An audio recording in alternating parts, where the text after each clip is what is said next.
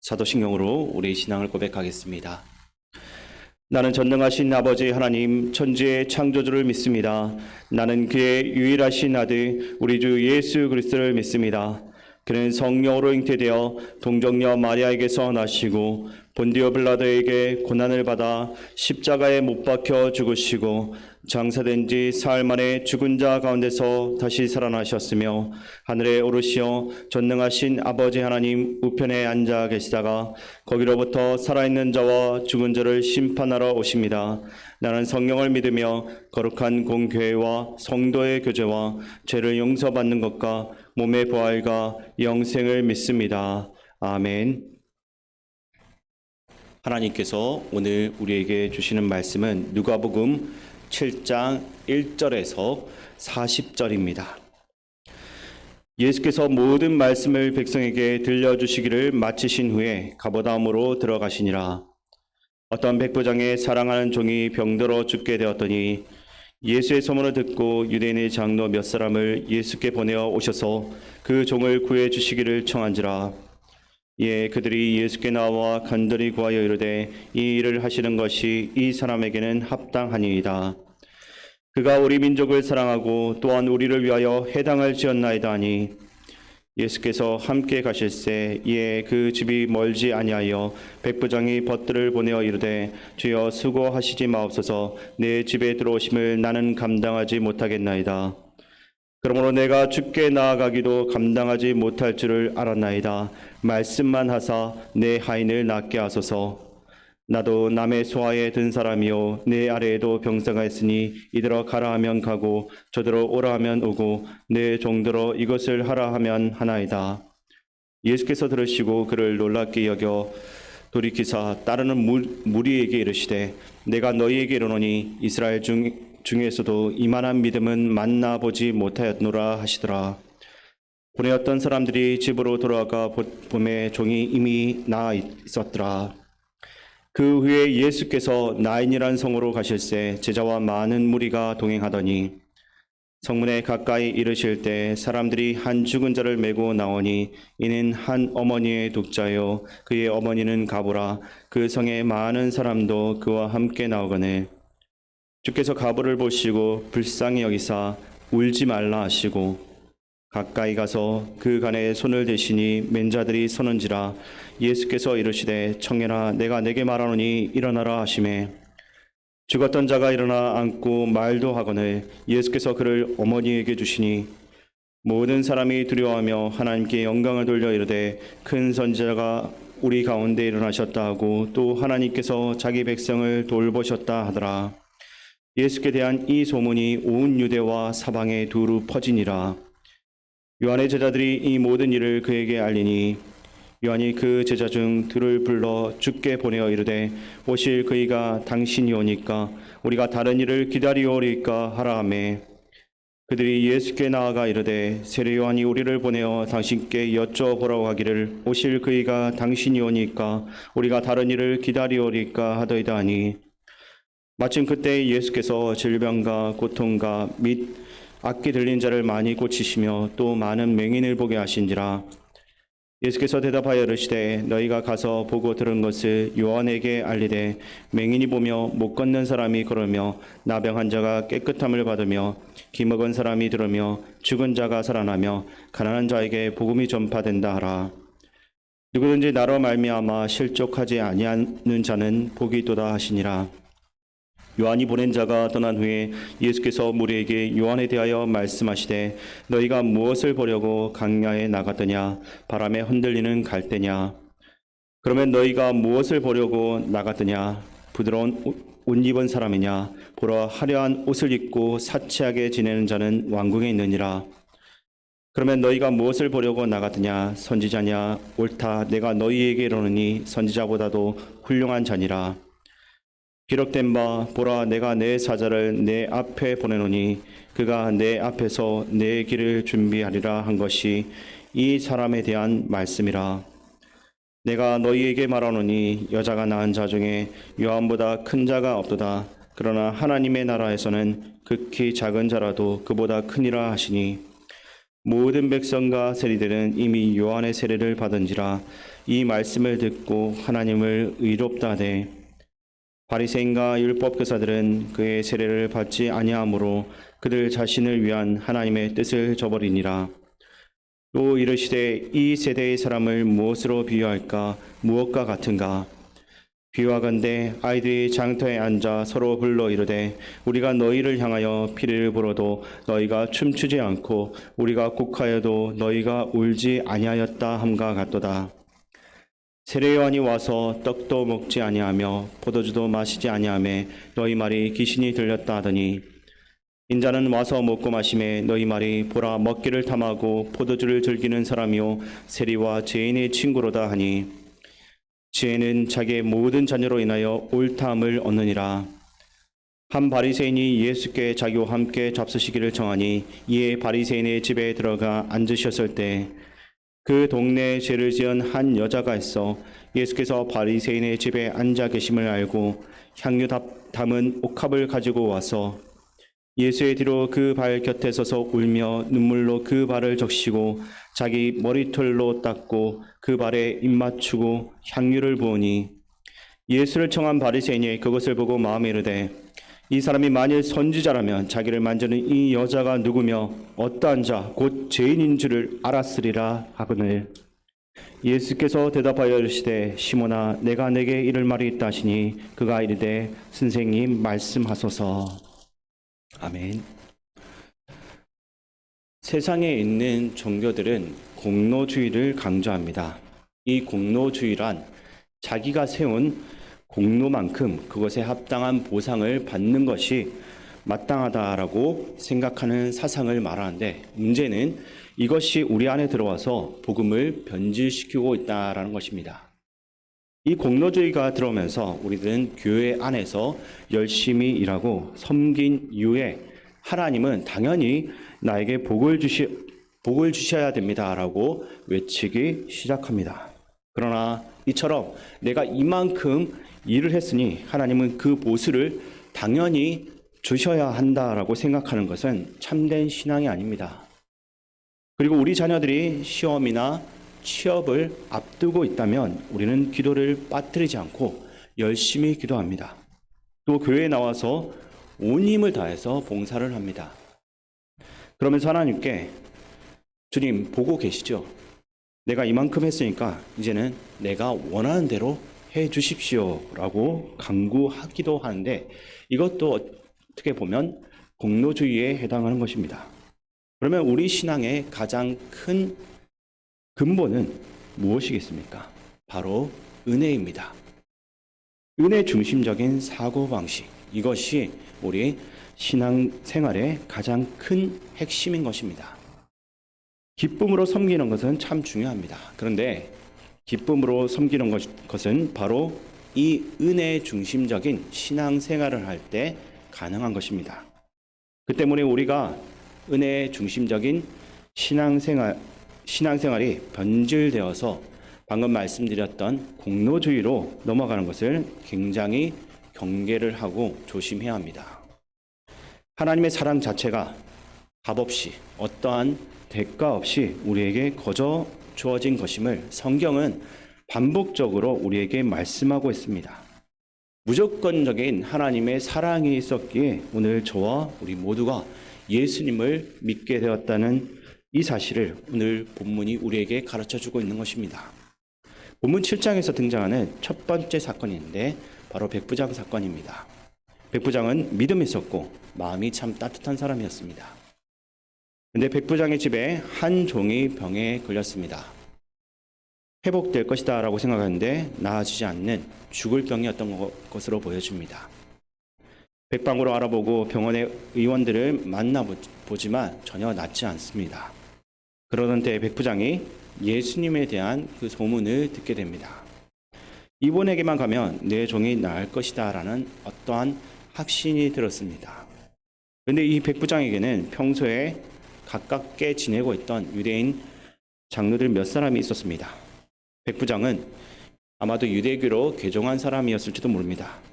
그러니까 이방인이었지만 유대교로 개종한 사람으로서 평소에 친분이 있었던 유대인 장로들이 있었던 것입니다. 그래서 유대 장로에게 이방인이었지만 이렇게 부탁을 할 수가 있었던 것입니다. 그래서 백부장과 친하게 지내고 있던 이 유대인 장로 몇 사람이 예수님께 찾아와서 부탁을 합니다. 4절과 5절을 우리 함께 읽겠습니다.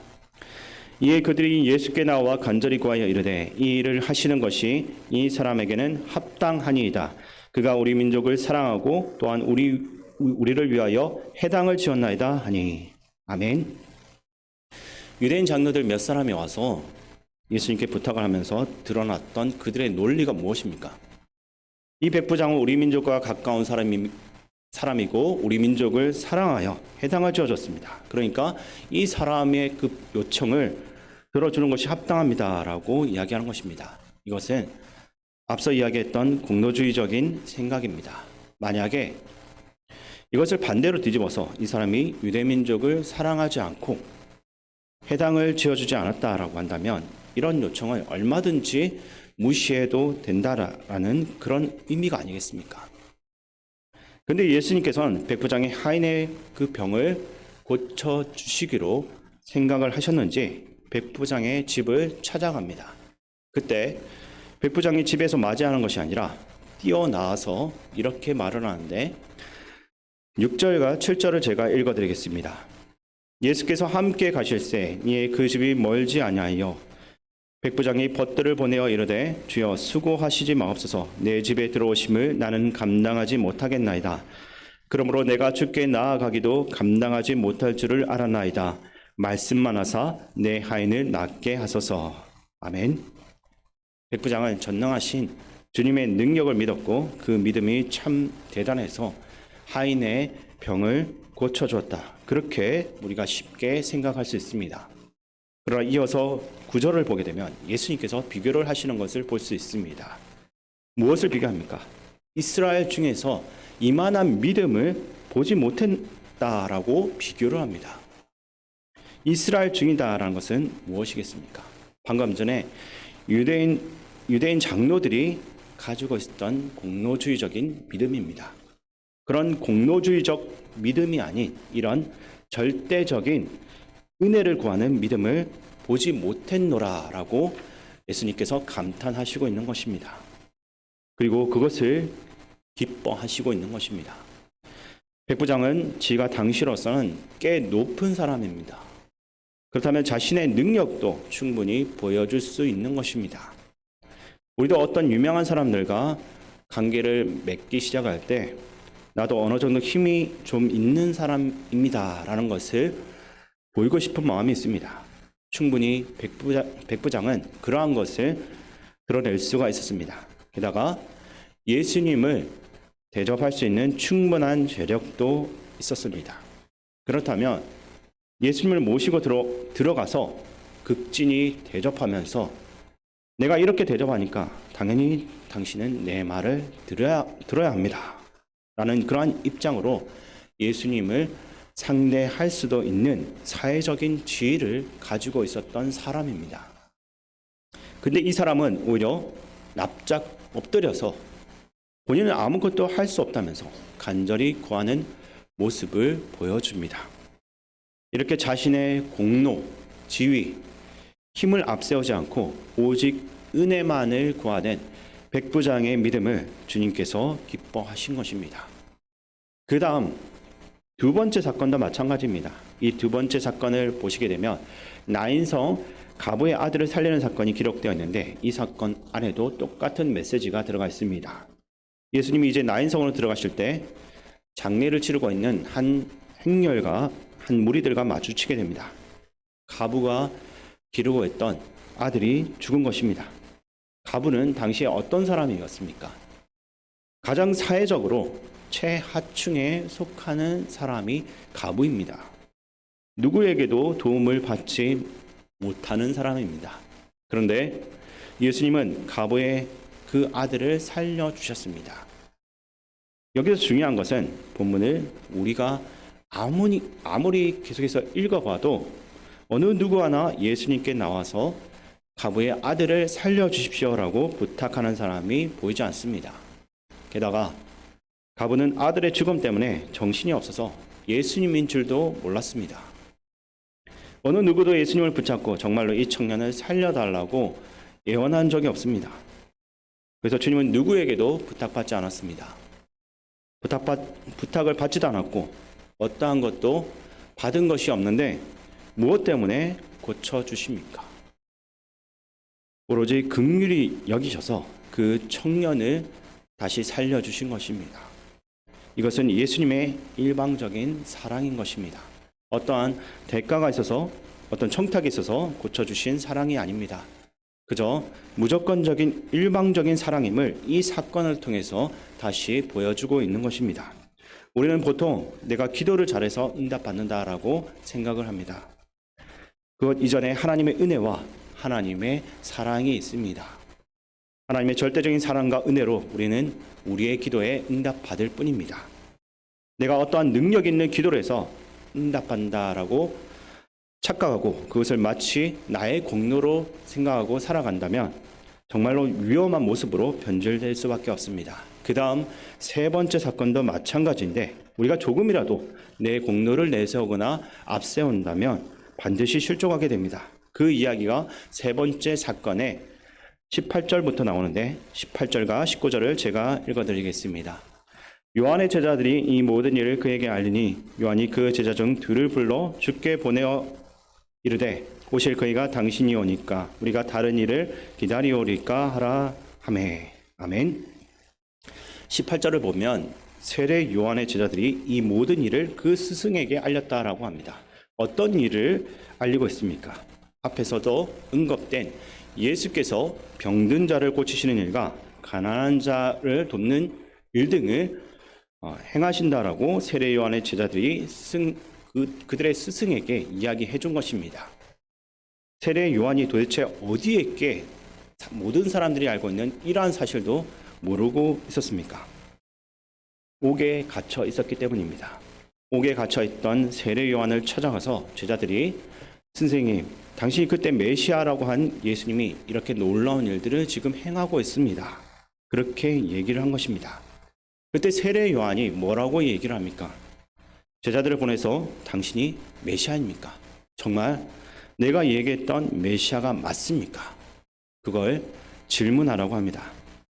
왜 이런 어처구니 없는 질문을 하도록 심부름을 시켰겠습니까? 사실 세례 요한은 예수님께 너무나 서운한 마음이 그 안에 가득했을지도 모릅니다.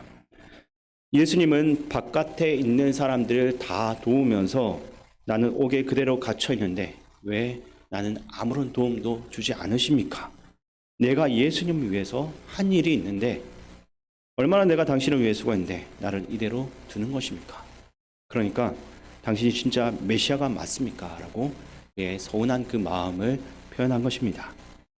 우리가 서운하게 되면 이처럼 예수님을 위하여서 내가 과거에 했던 것들이 더 많이 생각나게 됩니다.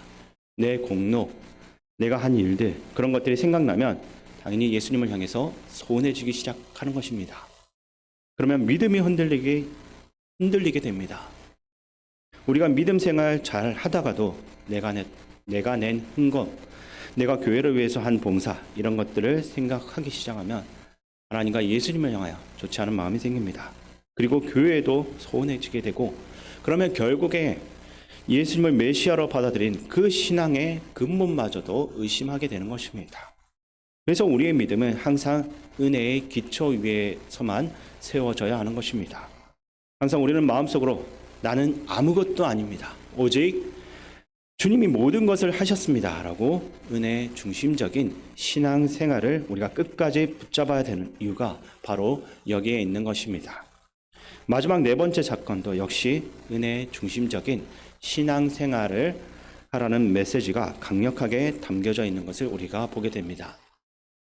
한 바리새인의 집에 예수님께서 들어가셨는데 그때 어떤 한 여인이 나와서 향유 옥합을 깨뜨려서 자기 머리털로 예수님의 발을 닦습니다. 그런 모습을 보면서 집주인이 도리어 예수님을 향해 저 사람이 정말 예언자라면 자기 발에 손을 대는 저 여자가 어떤 여자고 얼마나 행실이 나쁜 여자인지 알았을 텐데 라고 속으로 비난을 합니다. 그때 예수님께서 말씀하신 것이 무엇입니까? 더 많은 제사함을 받은 사람이 더 사랑한다. 그러한 말씀을 하십니다. 이것은 결국 이 여인의 행동이 더 큰 은혜를 받았기 때문에 예수님을 더 사랑한다라는 것입니다. 근데 바리새인은 은혜를 모릅니다. 은혜를 모르기 때문에 예수님께서 그 집안에 들어오셨는데도 발을 씻을 물조차 내주지 않았던 것입니다. 그것은 예수님을 사랑하지 않았던 것입니다. 결국 은혜를 받은 사람만이 예수님을 진정으로 사랑할 수가 있고 하나님을 사랑할 수 있는 것입니다. 그리고 진정한 은혜를 받은 사람만이 예수님의 죽음을 기억하며 그분의 사역에 동참할 수 있음을 말씀하고 계신 것입니다. 오늘 우리가 살아가면서 우리가 붙잡아야 될 것은 오직 은혜밖에 없습니다. 오직 이 은혜의 기초 위에 우리의 신앙을 다져나가는 귀한 믿음의 사람들이 될 수 있기를 주님의 이름으로 축원드립니다. 아버지 하나님, 우리의 삶에 주님이 필요합니다. 주님의 능력, 주님의 도우심, 주님의 구원하심이 필요합니다. 무엇보다도 용서하시고 죄를 사하시는 주님의 은혜가 필요합니다. 늘 간절함으로 주님을 바라보는 인생이 되게 하시고 그 은혜로 말미암아 주님을 더욱 사랑하고 주님 앞에 더욱 나아가는 자가 되게 하옵소서.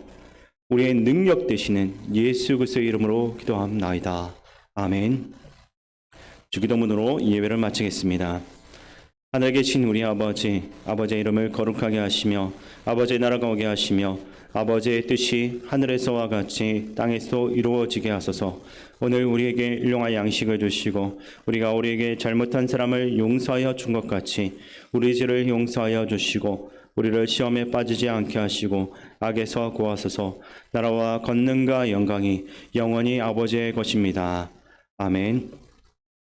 우리 이 시간 말씀을 가지고 기도할 때 삶 속에서 나의 공로, 능력을 내세우지 않게 하시고 나의 연약함을 인정하는 가운데 오직 은혜만을 구하는 진정한 하나님의 제자로서 살게 하여 주옵소서라고 기도하시기 바랍니다. 그리고 나라와 민족, 이 땅의 지도자를 위해 기도하시고 또한 우리 교회와 성도님들을 위해 기도하실 때 어르신과 고3 학생들, 교회 학교와 각 기관들을 위해 기도하시고 또한 군복무 중인 청년들과 한우들을 위해서 기도하시기 바랍니다. 마지막으로 세계 각지에서 복음 전하기 위해 수고하는 선교사님들과 담임 목사님 위해서 함께 기도하며 나아가겠습니다. 살아계신 하나님 아버지, 오늘도 은혜 가운데 하나님 모여서 주님의 귀한 말씀을 듣게 하여 주심을 감사드립니다.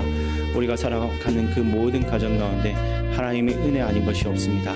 그럼에도 불구하고 우리가 조금만 어려움이 오고 조금만 아픔이 오면 하나님을 원망할 때가 너무나 많습니다. 그러면서 내가 얼마만큼 교회에 한 것이 있고 얼마만큼 하나님을 위해서 한 것이 있는데 따지며 하나님께 그것을 달라고 요구합니다. 하나님, 그것을 달라고 요구하기 전에 우리 자신이 하나님께 받은 은혜를 다시 한 번 더 기억하게 도와주시옵소서.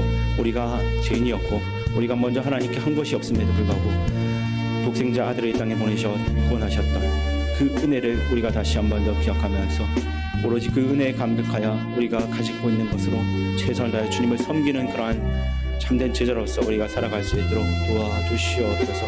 또한 하나님 아버지, 우리 교회 가운데 어려움이 있는 하루들 하나님께서 위로하여 주시고 주님의 은혜로 그 모든 병을 치유하여 주시고 하나님께서 주시는 큰 기쁨 가운데 오늘 하루를 살아갈 수 있도록 도와주시옵소서.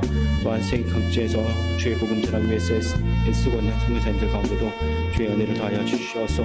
그들이 전하는 그 모든 복음의 현장 가운데 병나음이 있게 도와주시고 또 귀신이 떠나가는 역사가 일어나며 하나님 나라가 전파되는 놀라운 역사들이 일어날 수 있도록 도와주시옵소서. 오늘부터 수련회를 떠나시는 담임 목사님 가운데도 하나님 은혜를 나눠 주셔서 그 수련회를 통하여서 하나님 주시는 그 은혜를 충만히 누릴 수 있는 시간들이 될 수 있도록 도와주시옵소서.